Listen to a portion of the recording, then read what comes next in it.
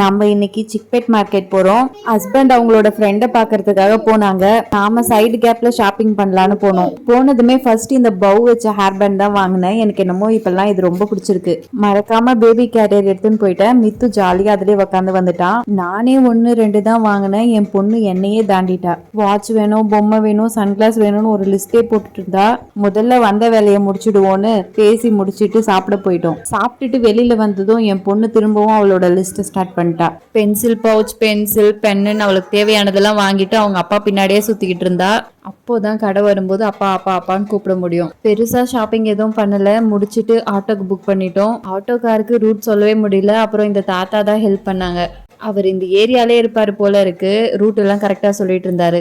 தாத்தாக்கு ஒரு தேங்க்ஸை சொல்லிட்டு ஆட்டோல ஏறி கிளம்பிட்டோம். வீட்டுக்கு வந்து சேரத்துக்கு முன்னாடி மழை ரெடியா இருந்தது. நான் வேற மித்துவோட ட்ரெஸ் எல்லாம் துவைச்சு காய போட்டு வந்தேன். நினைச்சிட்டே வந்தேன், நல்ல வேலை மழை வரல. வீட்டுக்கு வந்ததும் முதல் வேலையா பேக் எல்லாம் எடுத்து போட்டு மேலே ஓடிட்டேன். எப்படியும் வெளியிலே சாப்பிட்டு வந்ததுனால சாப்பாடு செய்யற வேலையும் இல்லை. துணிலாம் எடுத்துட்டு பொறுமையா வேடிக்கை பார்த்துட்டு மழை தூரல் போட ஸ்டார்ட் பண்ணதுக்கு அப்புறமா தான் கீழே வந்தேன். ஏன்னா மழை வந்தா சூடா ஸ்நாக்ஸ் செய்யணும்ல.